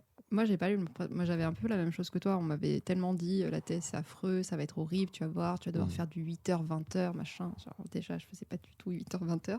Quand j'arrivais avant 10h, c'était bien. Entre 9 et 10. J'arrive plus souvent. Des fois, souvent après 10 maintenant, mais c'est pas très grave. T'es pas arrivé à 15h30 l'autre jour, là? Si, mais j'ai télétravaillé le matin. Donc ok. J'avais commencé à 9h. En vrai, quand je suis chez moi, je commence même à 8h et quelques quand je me lève. Oui. Mais le vrai télétravail ou Netflix? Non, le vrai télétravail. Ouais. Non, je fais pas de Netflix quand je télétravaille. Je faisais des corrections d'annales de mes étudiants pour l'addiction. Voilà, s'ils veulent tout savoir. Et non, mais du coup, moi, j'avais cette espèce de pression de trucs horribles. La thèse, ça va être catastrophique. En plus, je voyais des gens qui stressaient de fou, qu'ils n'en pouvaient plus de leur thèse. Et moi, ça s'était bien passé, en fait. Ouais. Moi, je travaille, je pense, beaucoup, parce que je suis presque 2 week-ends sur 4 au labo. Mais je sais pas. Peut-être parce que je sais pas, parce que je suis peut-être habitué à travailler plus. Ouais, j'allais dire, après, t'as fait médecine, donc déjà, de base, tu partais avec un background. J'ai fait médecine au Liban, parce que quand je suis arrivé ici en médecine... Tu t'es dit, c'est facile, en fait, la médecine chez vous, c'est ça? Ah ouais? C'est facile, non, c'est pas facile, c'est juste que... je vais raconter ça. Au Liban, une fois, j'étais aux urgences, et puis il y a un jour, tu couperas après si tu veux, il y a un jour, il y a un monsieur qui arrive avec un corps entre ses mains, en fait, une femme qui s'est... il dit... qui s'est tiré dessus. Et donc, au Liban, quand tu es étudiant, donc quand tu es en 6e année ou 7e année, parce que là-bas, c'est 7 ans, tu es seul aux urgences. Tu n'as pas un chef avec toi. En fait, tu es le chef des urgences. Ah ouais. Donc, pratique. Niveau de stress, 3000. Donc j'étais le chef des urgences quand cette personne arrive. Et au fait, tu as des signes en médecine qui te montrent que bon, A priori, elle ne s'est pas tirée dessus elle-même. oui, déjà ça, et ensuite elle Ouais. était pas récupérable malheureusement. Ouais. Donc et puis donc je suis rentré pour voir un peu, pour la voir. Et puis après, j'entends un grand bruit aux urgences. Je sors et le frère de cette dame arrive avec un fusil et il me dit si ma sœur meurt, tu meurs avec le fusil comme ça. J'étais OK dans ma tête, mais elle est morte. Qu'est-ce que je fais Elle est déjà morte. Non, pour être franc, il m'a pas dit si elle meurt, tu meurs. Si elle meurt, vous mourrez. Ah, super. Ah oui. Donc j'étais. Donc la pression de te faire tuer tous les gens qui sont dans la salle d'attente. Ouais. Donc tu vois, ce stress-là, donc moi j'ai vécu ça, tu vois, je suis arrivé en France et puis j'écoutais, parce que j'ai pas fait de garde ici en France aux urgences, j'écoutais mes co-internes en France qui me disaient aujourd'hui il était stressé, il a crié. J'ai dit c'est tout. C'est tout. C'est tout. Il a crié. Non, il n'avait pas de fusil. J'écoute pas, moi. Il voulait pas attendre, c'est ça, et c'est tout. Ce que tu me racontes effectivement est assez. Ça arrive parce que alors ma mère l'a pas vécu, mais une collègue de ma mère l'a vécu, mais c'est très très rare. Et puis c'est même pas. Enfin, je veux dire, c'est complètement un pétage de plomb, tu vois. Genre personne ne laisserait passer ça. Genre il y aurait même des agents de sécurité qui interviendraient ou quoi que ce soit. Moi la collègue à ma mère à qui c'est arrivé, c'était un clan gitan qui est bien connu dans le coin, qui était installé. Et en fait, le mec est arrivé avec sa mère, je crois, qui était malade. Et il a passé. Parce que non, il a ramené un mec, et je pense qu'il y avait une question de règlement de compte. Et elle a dû faire toute l'opération avec un fusil sur la tempe en mode il a pas intérêt à canner. Et elle me rend fou. La pression de la chirurgienne. Non, et le truc, c'est qu'elle était en mode sereine, genre en mode vous en faites pas, monsieur, nous avons tout réglé. Tu fais, mais t'as un fusil sur la tempe. Putain. Oui, mais ils sont censés gérer la pression de fou. Ouais, Quand t'as la vie des gens entre tes mains, je pense que ta pression, elle est déjà. En fait, ce jour-là, moi, j'avais pas. Comment on va dire, j'avais pas réalisé ce qui m'arrivait au fait, j'avais rien. C'est après quand je suis rentré chez moi et je racontais l'histoire et puis les gens ils étaient comme ça. C'est-à-dire t'avais un fusil sur la tempe, c'est-à-dire. En fait, et tellement en fait tu travailles, Ouais. en tout cas là au Liban aux urgences, tellement tu travailles, t'enchaînes, t'es tout seul, t'enchaînes et puis t'es vraiment, même aujourd'hui, j'ai aucune compétence pour pouvoir gérer des urgences seul. Et donc à l'époque encore. T'en avais pas non plus. Non, du tout. Oui, bah oui. Et puis tu vois, t'as ça qui t'arrive dessus. Donc en fait, et en plus, je suis très perfectionniste. Donc moi, il faut que les choses soient vraiment très carrées. Ouais. Et donc, j'avais déjà la pression très, très. Enfin, le niveau de stress était très, très élevé. Donc quand je suis arrivé ici, ouais, tu stresses parce que tu as une manip de 6 heures demain. Ben, ça va. J'ai vécu pire. Ça va. Non, je stresse pas, ça va aller. Si ça se passe bien, enfin, quand je vais faire mon meilleur, ça se passe bien, ça se passe bien, ça se passe bien, pas bien. Ben... En fait, je pense que ce qu'il est important de rappeler, c'est que faut recontextualiser ce que tu fais. Effectivement, quand tu es dans la recherche, ça veut dire ne te mets pas ta vie dedans, tu vois. Genre juste, si ça rate, c'est pas la fin du monde. C'est justement le principe de la recherche, c'est d'essayer. Je pense que c'est pas bête de le rappeler, tu vois. Je pense que dans tout ce que tu fais, en tout cas, normalement, les gens, enfin, je pars du principe que tout le monde est de bonne volonté. Donc dans tout ce que tu fais, tu vas essayer de bien faire. C'est ça l'important. Pour moi, en tout cas, c'est d'essayer de bien faire, de bien faire ton truc. Après, si ça se passe pas bien ou ok, tu vas avoir des regrets, tu vas peut-être être déçu, mais enfin, personne ne réussit tout dans sa vie. Et puis des fois, c'est pas ta faute, des fois c'est contextuel et c'est comme ça en fait. Ouais, exactement. Regarde. Si tu veux savoir, le projet sur lequel je vais travailler pour ma thèse, il a été financé en 2017. Je vais commencer ma thèse en 2018. À Bordeaux, actuellement, le projet n'est toujours pas commencé. Ah ouais. J'ai une patience de fou. et pourtant, j'ai quand même fait une thèse sur un sujet connexe à ce qu'on devait faire et trouver une solution pour avoir des données et avoir des patients, etc. Mais ça se passe jamais bien dans une thèse. Bah non, il y a toujours des merdes. mais c'est sûr, et je pense que c'est dans tous les domaines. Je connais pas ton domaine, je suis ignorant. Oh, si, t'as qu'à nous, c'est bien aussi. Hein, mais je pense que ça doit être pareil. Dans tous les domaines, ça doit être pareil. C'est rien ne se passe comme il devait se passer. Il faut savoir gérer et puis pas... Tu as déjà beaucoup de pression déjà de base pour te dire que je dois bien faire les choses. Après, ce que tu contrôles pas... Ça. Bah, c'est tout bête, hein, mais oui, si tu veux des idées, nous, enfin moi, tu vois, genre, je touche du bois, genre j'ai jamais travaillé avec des techniciens ou des acteurs borderline, mais enfin, on en connaît plein des histoires comme ça. Nous, on a eu le truc le plus grave entre guillemets qu'on ait eu, c'est un comédien qui débarque sur le plateau et en fait, il s'est fait péter la gueule la veille, quoi. Donc il débarque avec un cocard, un machin, et en fait, tu fais, enfin, non, il s'était pas fait péter la gueule la veille. En fait, il venait pour auditionner. Et quand il arrive, il s'est fait péter la gueule, tu vois. Et alors, fort heureusement pour lui, le rôle est le rôle d'un mec qui se fait péter la gueule. Donc du coup, mais ça veut dire, mais t'imagines, ça t'arrive, voilà, ça t'arrive le jour J, et tout problème de technicien. Nous, moi, j'étais en montage sur ce film, et il y a un jour où le monteur principal ne vient pas. Et pendant une semaine. Et donc au bout de 2 jours, je lui envoie un message, je lui fais, mais ça va? Puis il m'a fait, non, je peux pas venir, là, je viens de péter les plombs, j'ai besoin de temps. Je fais, bah, let's go, bah, j'attaque le montage alors. Et puis en fait, tu t'adaptes. Nous, c'est la grande phrase, c'est tout va bien se passer. Tu t'adaptes, t'envoies. Enfin, le projet doit être fait. Et c'est pas que tu mets de côté tes sentiments, tes machins ou tes choses comme ça, c'est juste le temps du projet. On fait, on s'adapte et on n'a pas de raison de stresser. Se rajouter du stress là-dessus, c'est bon, j'ai déjà mon lot de stress. Me rajouter du stress là-dessus, c'est bon, ça sert à rien.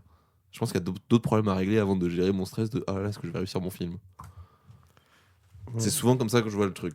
Ouais, bah, c'est bien si tu peux le faire, parce qu'il y a plein de gens qui peuvent pas pas faire ça.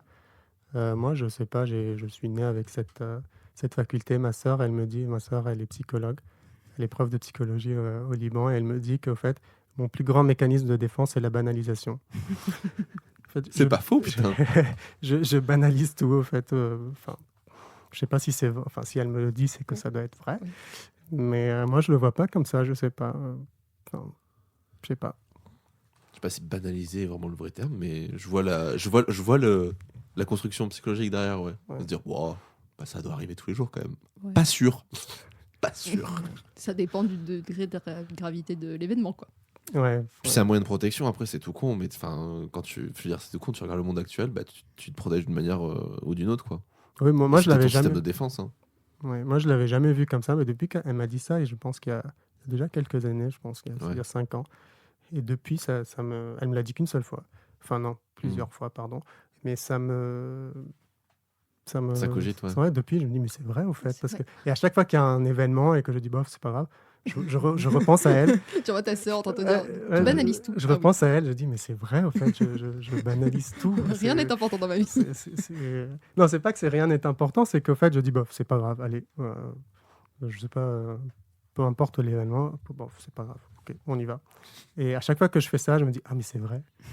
Et après, je me dis, mais si je fais pas ça, peut-être que je me lève, enfin, c'est pas, il y a rien de grave, mais peut-être que au bout, un événement, à la suite de l'autre, et puis à la fin, tu vas en burn-out, enfin, Ouais, à Oui, fond. je sais pas. Je dis, c'est peut-être, Sûrement. ouais, je sais pas. Du coup, Écoute, on va essayer de passer sur une note plus joyeuse. Croise les doigts, hein, Ouais, désolé ça pour- ira pas. Non, mais non, t'inquiète. mais Hein.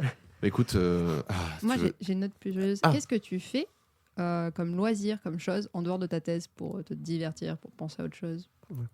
Donc, en dehors de ma thèse, je suis marié. J'ai Oh. mon épouse. Mon épouse est à Félicitations. Bordeaux. Merci. Mon épouse est à Bordeaux. Elle vient du Liban. Et en fait, avec elle, on regarde beaucoup de séries. C'est pour ça que tu m'as parlé de Netflix tout à l'heure. Mhm. Parce que moi, je fais. Parce que toi, tu fais pas de télétravail, sinon c'est C'est catastrophique. pas Ah, je peux pas. C'est pas Netflix and chill, c'est Netflix and télétravail. Je peux pas faire de télétravail. Ouais. Heureusement que quand il y a eu le Covid, heureusement, quand il y a eu le Covid, j'étais à l'hôpital parce que, enfin, je Ouais, travaillais à t'étais l'hôpital. réserviste. Ça avait été réquisitionné. Ouais. Non, j'étais interne à t'étais l'hôpital interne, à ok. Saint-André. Et donc, j'ai pas eu de télétravail à faire. Mais si j'avais un autre boulot et j'aurais dû faire du télétravail, jamais j'aurais réussi à faire ça. Moi, j'étais au chômage, donc ça va. J'ai pas changé ma vie. Si, j'étais enfermé, du coup, ça c'était nul. Ouais, moi, j'ai eu la chance de pas. Mm. Enfin, j'ai eu la chance de pas être enfermé. Putain, mais alors ça aussi, ouais, matière à en parler, putain, mais. Enfin, cette Covid, du coup, t'étais encore dans ton. Tu venais de commencer ta thèse, en fait. Non, c'était avant. C'était juste avant. Avant, j'ai fait une année d'interne en dermatologie Ah oui, t'as dit à Bordeaux. février 2021, oui. Donc, c'était avant j'étais à l'hôpital. Et donc voilà, je regarde beaucoup de séries. Du genre, vu que t'aimes pas Le Seigneur des Anneaux et que t'aimes pas Matrix, c'est quoi Aïe. Aïe. Ma série préférée que je regarde tous les soirs pour Ouais. dormir, sinon je dors pas, c'est Friends. J'en étais sûr que t'allais dire ça. Putain, par contre, là, t'es bien trentenaire pour ça. Ah ouais. Claire. Vous regardez pas? Si, Non si, j'ai regardé beaucoup Friends, mais How I j'ai Met, c'est mieux. J'ai regardé plus How I Met Your Mother parce qu'on a plus la génération d'après, du coup. Ouais. Ah, merci pour ça. Mais tu sais que On c'est. n'a pas trop de différence d'âge, Ouais. mais Je te jure, c'est la seule différence. C'est le truc qui me fume à chaque fois. C'est. Bah, bientôt, je vais plus pouvoir dire que c'est des mecs de 30 ans, puisque j'y approche aussi. Mais c'est que je sais pas, genre. Ça me parle beaucoup plus. Mais apparemment, il y a beaucoup de gens aussi de ma génération qui me disent que Friends marche mieux dans la longévité, dans le temps, que How I Met. Moi, je suis pas tout à fait d'accord. Je pense que ça traite pas les mêmes sujets et que c'est surtout pas la même manière de faire. Friends, c'est vraiment une sitcom à l'ancienne, là où How I Met a commencé à renouveler le genre. C'est là où c'est intéressant. Mais les deux séries sont très bonnes. How I Met, j'ai commencé à regarder ça, j'étais très jeune. Et ça m'a ennuyé au bout d'un moment parce que je voulais savoir comment il a fait pour rencontrer Sa la femme. mère. C'est vrai, la femme. C'est toute la saison 9, ça. t'as pas vu la saison 9, du coup. Non, j'ai arrêté parce que bon, c'est fini.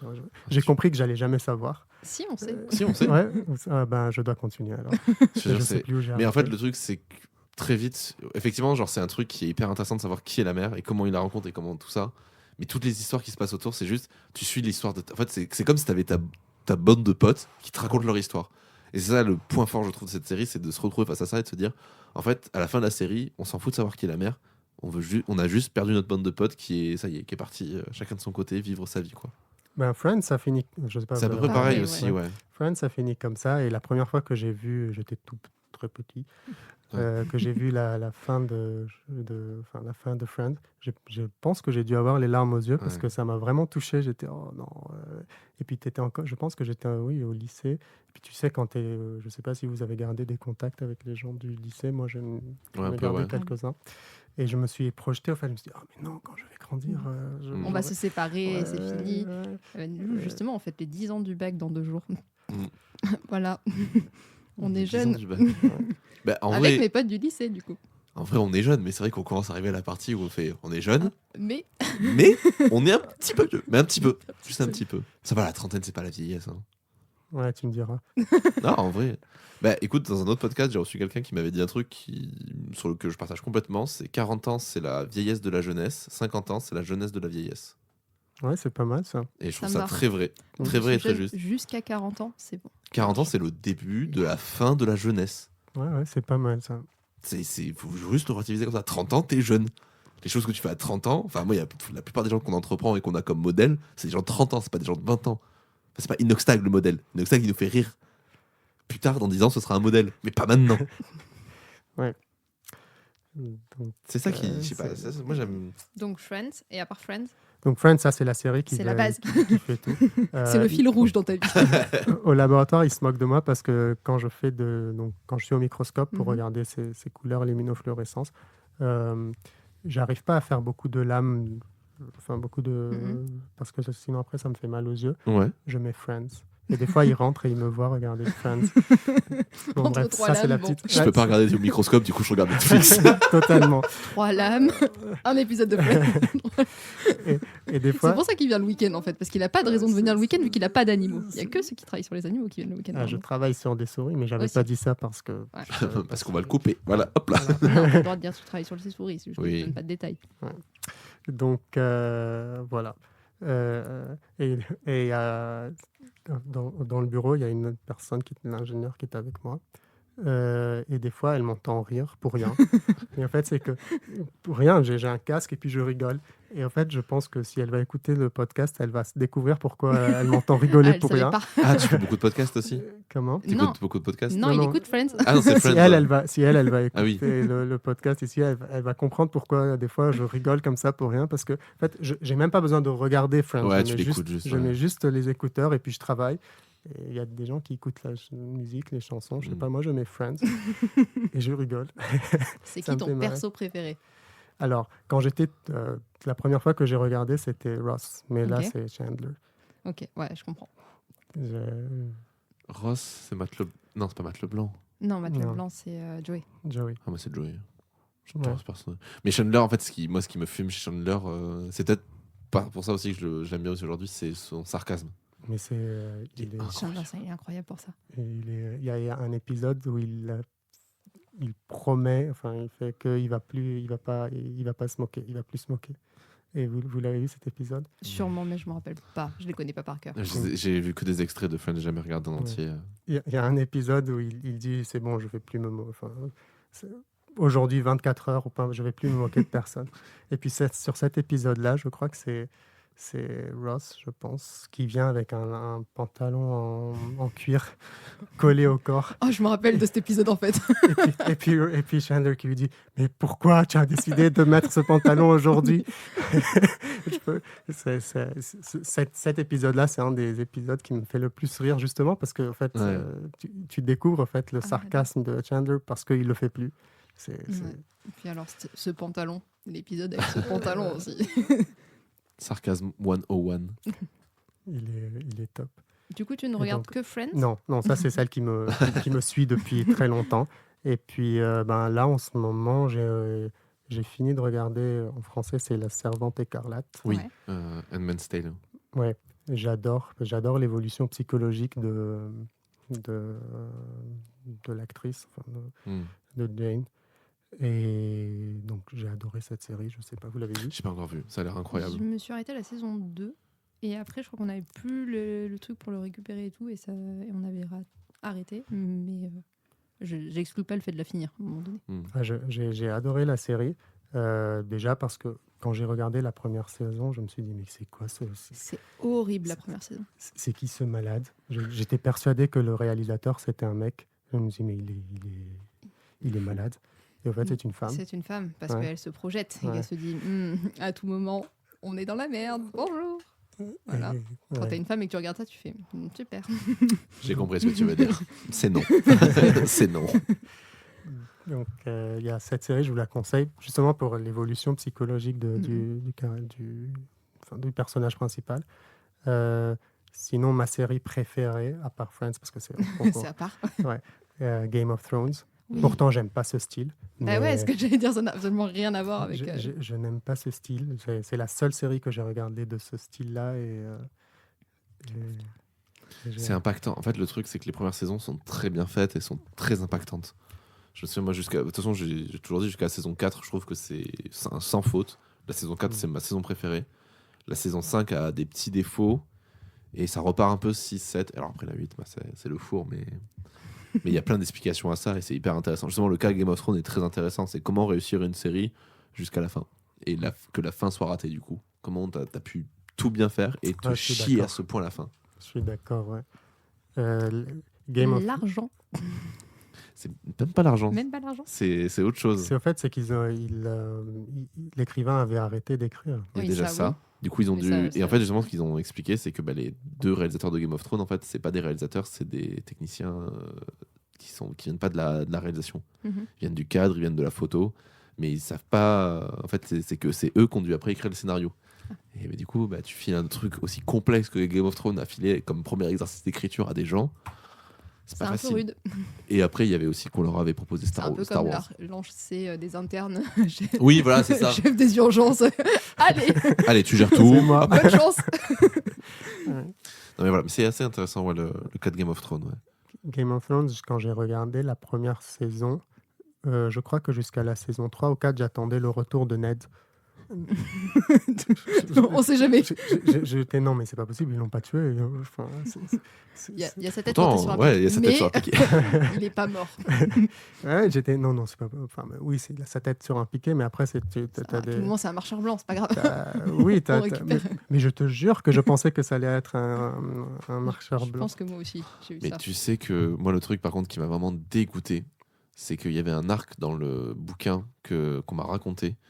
Et qui est que la mère de la famille Stark, j'ai plus son nom, en fait, quand elle se fait tuer dans les noces pourpres, Catelyn Stark, quand elle se fait tuer pendant les noces pourpres, en fait, elle est réinvoquée par la confrérie du feu et elle devient du coup Lady Stoneheart et elle devient un fantôme et elle prend part au combat dans le royaume. Et du coup, il y a tout un truc de vengeance et c'est hyper violent, genre Brienne, du coup, la soldate qui est mandatée, Brienne de Tarth, elle la croise du coup, et quand Lady Stark, Lady Stoneheart lui dit mais où sont mes filles, et qu'elle dit je sais pas, elle la bute. Ah putain, ça aurait changé l'histoire. Et en fait ça, c'est que tu veux dire mais on a lâché cet arc-là qui avait l'air fou furieux.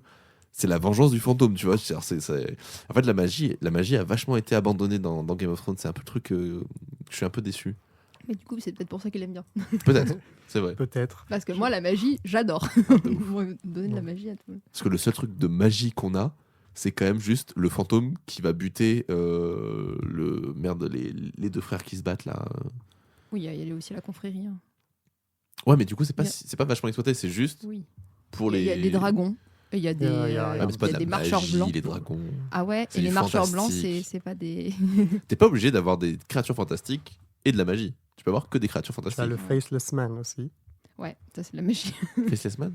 Le sans Jagger, visage. comment il s'appelle Jagger. Ah oui, c'est vrai, t'as raison, il y a ça. J'ai plus son J'ai nom. oublié son nom. Ah, j'ai plus son nom. C'est un truc. Et ouais, mais ça, en plus, ça, ce qui est assez C'est un intéressant, perfectionniste, il va cogiter pendant 1h30. ce qui est assez intéressant, c'est que c'est comme dans Hunter x Hunter, c'est que la magie vient de l'autre continent. Pardon si je vous ai spoilé Hunter x Hunter. Non mais là on est dans le spoil. Ah oui, c'est sûr. Ah, voilà. Là, on a tout lancé.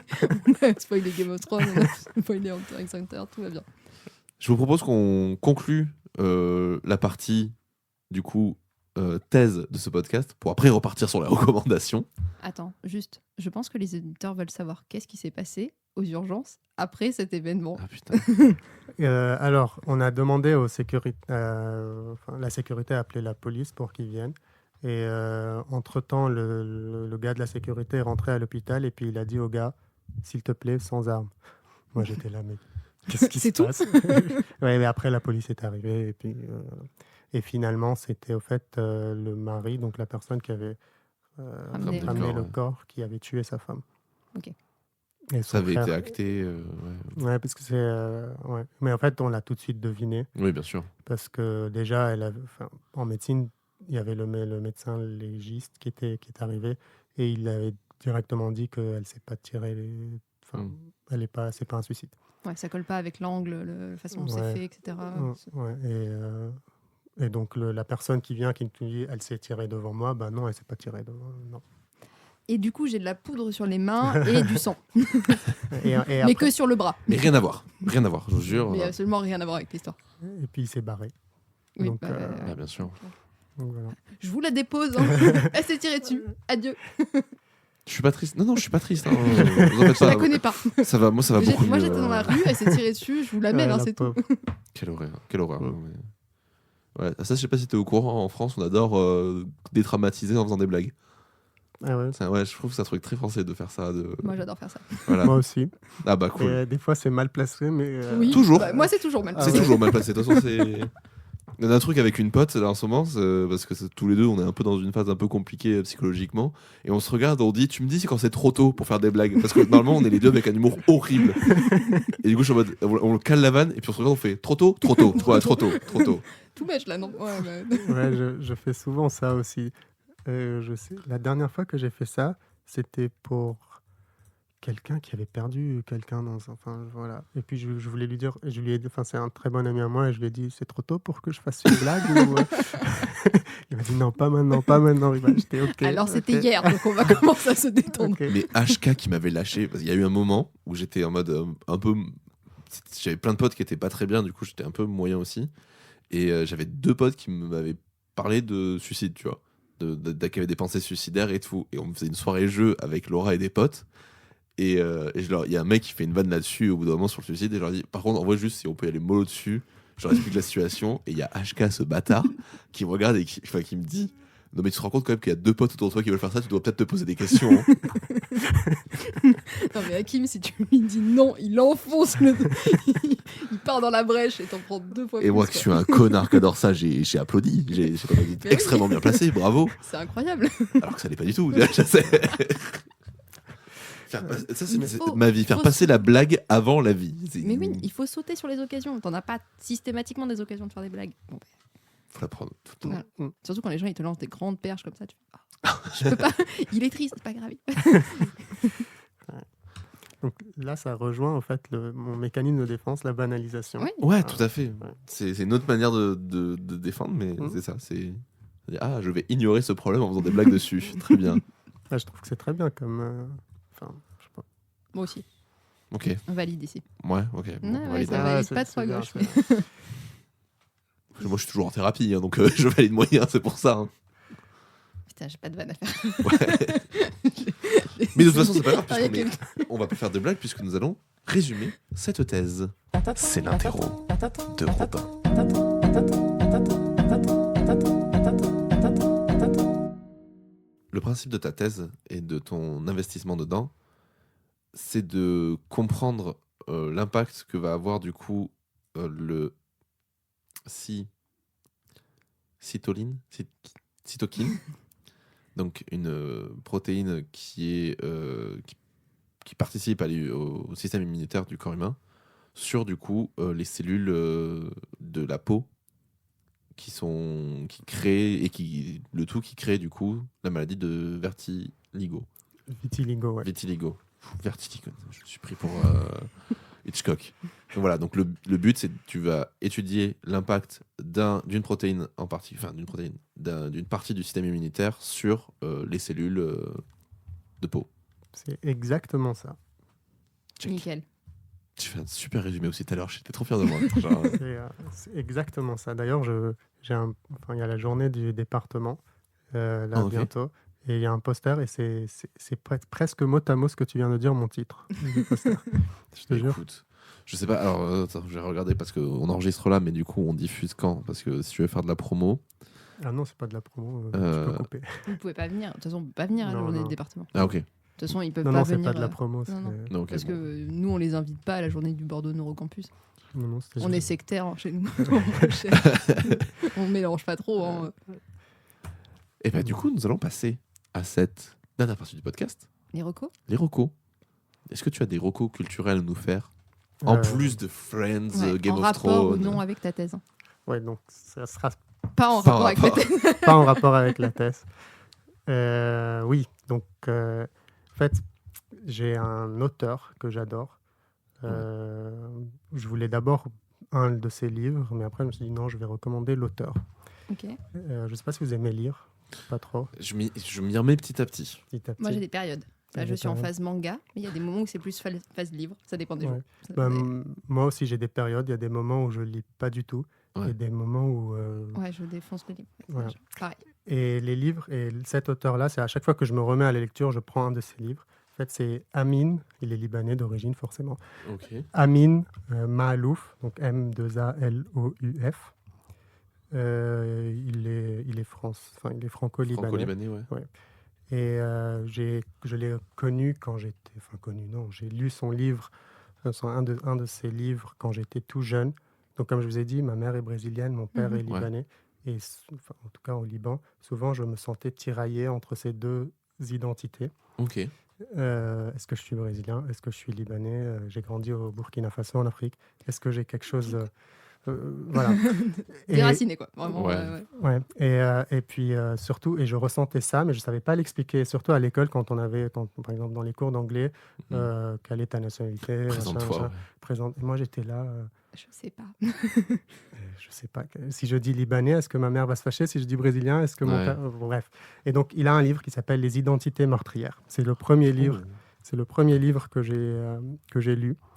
Et comme lui aussi, il est issu d'une famille multiculturelle.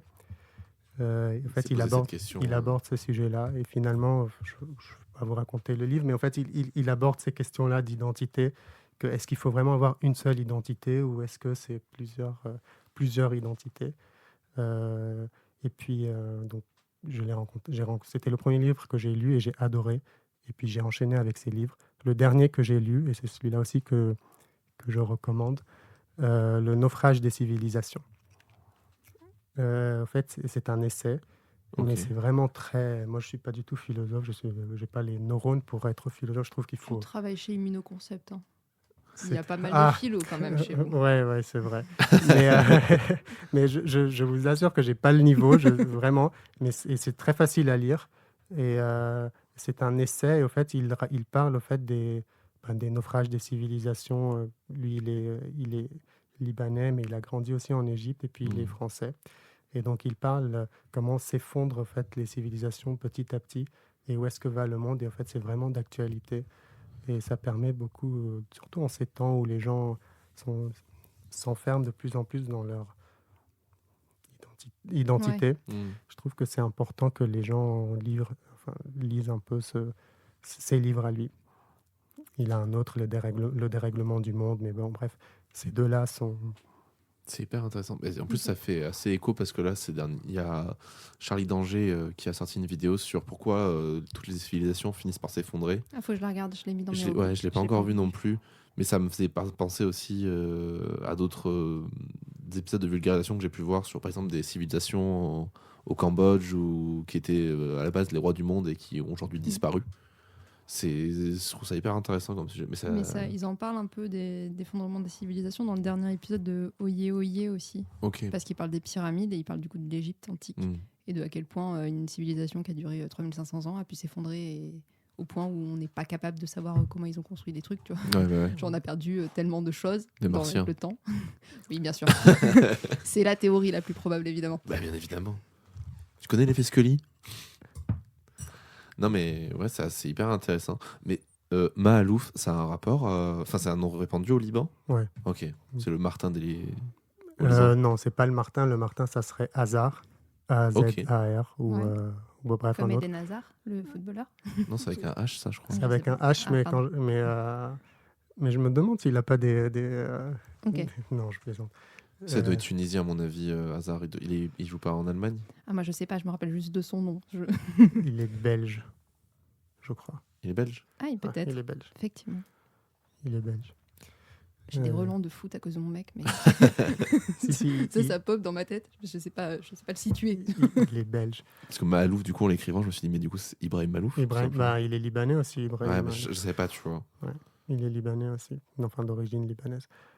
Et donc lui, là, le naufrage des civilisations, c'est pas vraiment il parle pas vraiment des civilisations en tant que tel. En fait, il raconte un peu l'histoire que lui, il a vécu, comment il a vécu en Égypte, au Liban, en Europe.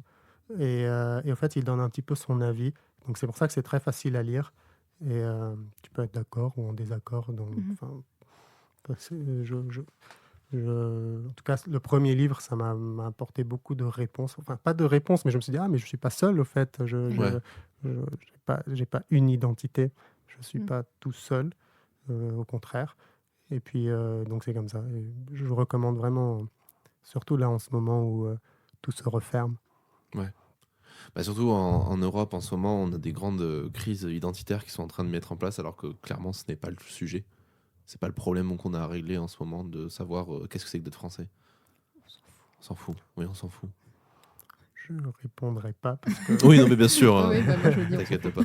Moi, je le dis aussi, hein, mais moi, je risque pas grand-chose de toute façon en disant ça. Non. Donc, moi, un peu plus parce que j'ai dans les 50% de la planète qui sont un peu plus terrorisés que les autres. Mais... Donc bon. Bah écoutez, moi, je vais vous recommander une série que j'ai finie il y a pas très longtemps. Qui m'avait été recommandé par Léane dans le podcast Toujours dans les bons coups. C'est Dirty Lines et c'est une série qui est sortie cette année sur Netflix. C'est une série néo-zélandaise. Non, pardon. T'as dit Netflix, il est déjà sur l'appli lui. Pas néo-zélandaise, pardon, néerlandaise.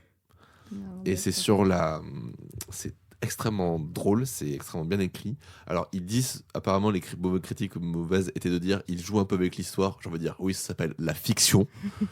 Et c'est sur l'apparition du coup des téléphones roses et de l'arrivée de la techno et l'arrivée de la techno aussi dans les capitales. Et c'est extrêmement drôle parce qu'il commence du coup par la fin de la série en mode on vivait notre meilleure vie avec des centaines de millions de lignes et des soirées techno qui s'ouvraient. Et c'est hyper intéressant parce que juste après, du coup, il montre qu'est-ce qui s'est passé genre vraiment 2 ans avant.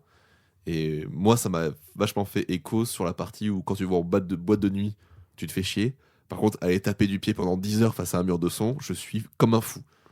Et en fait, c'est hyper intéressant toutes ces progressions-là. Ça parle de sexualité, de genre, ça parle de l'apparition du coup technologique de ces trucs-là et qu'est-ce que ça a révolutionné. Parce qu'au bout d'un moment, petit spoiler, ils se disent bon ben voilà, on a tant de lignes à connecter, on va pas mettre que du porno, qu'est-ce qu'on peut mettre? Et il y en a qui disent bah, on va mettre des lignes pour s'aider à s'endormir parce qu'il y a des gens qui n'arrivent pas à dormir. Seulement qu'on a une époque où tu payes à la minute et il y a des mecs qui disent ils m'ont engueulé parce que du coup ils se sont réveillés avec une facture de 4 000 €. Enfin 4 000 francs, je sais pas quoi là. Horrible. La personne s'endort, le téléphone reste. Mais oui, en fait c'est un truc trop intéressant. Et il y a plein de thématiques comme ça qui sont Oh, le génie qui a inventé ça. C'est génial. Non, en vrai, c'est hyper feel good. Et, tu vois, genre, c'est le genre de série qui a un peu une esthétique à la Euphoria et tout ça. Alors, c'est moins dans les couleurs, c'est plus vraiment la sorte de fausse pellicule et de trucs un peu granuleux, hyper vivants qui m'a plu. Mais c'est hyper feel good. C'est hyper motivant. Alors, ça a des défauts, on va pas se mentir. Mais dans l'ensemble, j'ai trouvé ça trop cool et je trouve que ça permet une représentation aussi très chouette. Et à mater en VO parce que l'accent néerlandais est pas si dégueulasse à écouter. Alors que pourtant, les langues germaniques, j'ai beaucoup de mal. Moi, j'adore l'allemand, je peux pas. Ah, bah toi aussi. Je Bon, peux bah, pas, voilà. Je discutais il n'y a pas longtemps avec une personne qui parle allemand et je lui disais que c'est une des seules langues que je ne peux pas Entendre. entendre. Ouais, mais Alors, c'est moi, pas, je suis c'est pas de désolée, l'allemand, mais là, c'en a une autre. C'est l'espagnol que j'aime pas. Ah non, dis pas ça. C'est trop beau l'espagnol. J'adore l'italien, Ah, mais qui l'espagnol, n'aime pas c'est l'italien. pas possible. Ah bon? C'est trop Non. beau l'espagnol. Ouais, je sais pas. Moi, je sais pas trop. Mais même les trucs un peu, des fois, agressifs, je suis en mode c'est agressif, mais j'aime bien. Je sais pas, il y a un truc. Ouais, j'aime bien moi l'allemand. J'aime juste pas, Très tu vois, genre, agressif, je trouve, j'aime à juste pas quand l'oreille. les Allemands me parlent. Du coup, je me sens agressé. Mais j'aime bien les écouter parler. Moi, j'aime bien le reconnaître parce que comme j'ai fait allemand au collège-lycée, bah, du coup, je suis capable de distinguer si c'est de l'allemand ou pas de l'allemand et du coup, je suis contente à chaque fois. Alors que j'étais si nulle en allemand. Mais bon. Après, je sais pas, peut-être c'est parce que je comprends pas. Oui. L'allemand, je comprends pas du Et tout. que t'as pas eu l'habitude à l'oreille, Ouais, comme moi avec l'espagnol peut-être. Mais... Ouais, mais j'ai l'impression qu'à chaque fois qu'on parle, donc ce que tu disais, qu'à chaque fois qu'on parle allemand, en fait, on se tape dessus. Même après, c'est aussi. C'est une fin de soirée l'allemand. Les gens bourrés à 4h qui C'est ça. s'engueulent. De ce que j'en vois, parce que moi, pour le coup, j'ai côtoyé beaucoup des franco-allemands. Parce que j'avais un pote qui avait fait cette filière-là à Pessac. Il y a un lycée qui permet de passer le bac français et le bac allemand en même temps. Et du coup, je les ai côtoyés et en fait, j'ai trouvé hyper intéressant. Et je me suis rendu compte que c'est pas tant la langue qui est agressive, mais c'est un effet un peu sociétal en Allemagne d'être très sec. L'allemand est très sec, en fait. Tu vois, il est c'est comme ça, c'est carré, c'est machin.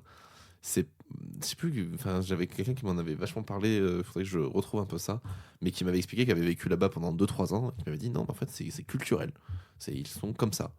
C'est comme ça, c'est comme ça. Et j'ai bossé avec des Allemands parce j'avais mon voisin qui construisait sa maison, donc j'avais filé des coups de main sur les travaux, et ses beaux-parents étaient là, et ses beaux-parents sont allemands, et ne parlent que allemand. Ils parlent pas anglais, j'étais en mode bah super. Et du coup, je communiquais avec la belle-mère qui était allemande et qui me parlait genre en mode, genre elle me donnait juste le verbe en allemand, tu vois. Et j'étais en mode d'accord, j'ai l'impression de me faire engueuler, mais et en fait c'est ça, c'est la culture allemande quoi. Oui, ça me choque pas. Non, ça me choque pas non plus. Et toi, Laura, qu'est-ce que tu nous recommandes aujourd'hui? Je vais vous recommander une chaîne de vulgarisation de cinéma, vu qu'on est sur la thématique du cinéma, qui n'a pas beaucoup d'abonnés, qui s'appelle La Séance de Marty. Ok. LSDM. Et c'est une chaîne où le mec qui fait ça, il est en mode voix off et il fait un montage hyper tonique, dynamique. Et j'aime trop sa voix et son temps, et c'est hyper drôle. Et moi, il me fait beaucoup rire. Et je trouve son montage trop bien fait. Et vraiment, c'est des explosions. Ça me fait un peu penser à la façon de monter de Edgar Wright. Edgar Wright, ouais, ok. Tu vois, le côté un peu trop dynamique et tout. Et du coup, je trouve que cette chaîne mérite d'avoir beaucoup plus d'abonnés que ce qu'il a, parce qu'on en a vraiment, vraiment pas beaucoup. Bon, écoute, si c'est qualité, ça va monter. Hein. Oui, avec plaisir. Bah, let's go. Voilà. Très bien. Ben, merci beaucoup, Ribal, d'être venu. Hein. C'était très chouette. On a appris plein de choses. Ça a été un épisode plus long que d'habitude. On a déjà 1h30 d'enregistrement. Non, mais on va couper plein de merde. Oui, mais même. Je pense que ça va être quand même. Non, moi, j'ai dit plein de merde. Bon, ce sera jamais plus long que notre épisode hors série que personne n'a écouté. Mais bon. Moi, j'ai adoré le faire. J'ai adoré le faire aussi. Eh bien, écoutez, si ce podcast vous a plu, vous pouvez le partager autour de vous, en parler. Si vous êtes thésard et que vous souhaitez venir parler de votre sujet de thèse, n'hésitez pas à nous contacter sur les réseaux. Je vous répondrai. Ouais, Laura s'occupe de tout. Voilà, nous allons aussi vous recommander d'autres podcasts qui existent sur notre radio. Donc nous avons Toujours dans les bons coups qui parle de sexualité et de sexe. On a Divine Féminine qui parle d'amour et de musique. Et on a tout récemment, tout fraîchement arrivé, Parlons Sensibilité, le podcast de Jean, qui a rejoint du coup un peu l'équipe, parce que du coup, vu que Jean s'en va, il ne pouvait pas garder les codes de son podcast, et s'il annulait son abonnement, il perdait du coup les épisodes. Donc je lui ai gentiment lui hébergé jusqu'à ce qu'il reprenne son podcast. Voilà, je crois qu'on a fait le tour. Je pense. Notez, donner des sous sur Patreon. Je vais refaire le Patreon. Faut que je m'en occupe. Il dit ça à tous les J'ai dit épisodes ça, depuis 1 an et demi. J'ai dit ça à l'épisode de la semaine. Mais en fait, le truc, c'est que le Patreon était prêt. Et quand je l'ai fini, ce que je disais, je vais répéter ce que j'ai dit dans le podcast d'avant, mais c'est pas grave. Quand je l'ai fini, j'étais en mode, c'est bien, mais ce serait bien peut-être de faire pour chaque podcast et pas juste la radio. Donc on recommence tout. Allez, c'est parti. Ça m'a énervé. Donc voilà. Bon. Eh ben, c'était un plaisir de te recevoir. Merci, moi c'était un plaisir d'être ici. Ça t'a plu comme expérience? Oui, c'était très bien. Je vais en parler autour de moi. Ah, Cool. chouette. Vas-y, renvoie-nous des doctorants là un petit peu. Je vais essayer. En tout cas, je vais les encourager. Et puis, mais c'est une très belle idée en tout cas. Je sais pas qui a commencé, toi? Lui. Ouais. Moi, Jean, Laura, c'est un peu tous les trois. Moi, je voulais vraiment faire un podcast de vulgarisation. Et ils m'ont rejoint dans l'équipe et on a fait un truc et c'est chouette. C'est très chouette, ouais. Bravo. Merci. Merci beaucoup. Bon courage pour la fin de la thèse. Merci. Et on croise les doigts pour la soutenance. De toute façon, il va banaliser. Oui, ça va bien se passer. On verra. Et puis là, le gros coup de stress. D'un coup. T'inquiète, j'arriverai avec un fusil, il n'y aura pas de problème. Ouais, mais excusez-moi, pourquoi il y a quelqu'un avec un gun sur la tempe tout au long de votre prestation? T'inquiète. Je gère. Je me remets dedans là. Bon, nickel. Merci beaucoup. Merci et à bientôt À bientôt. pour un nouvel épisode. Ouais. Salut.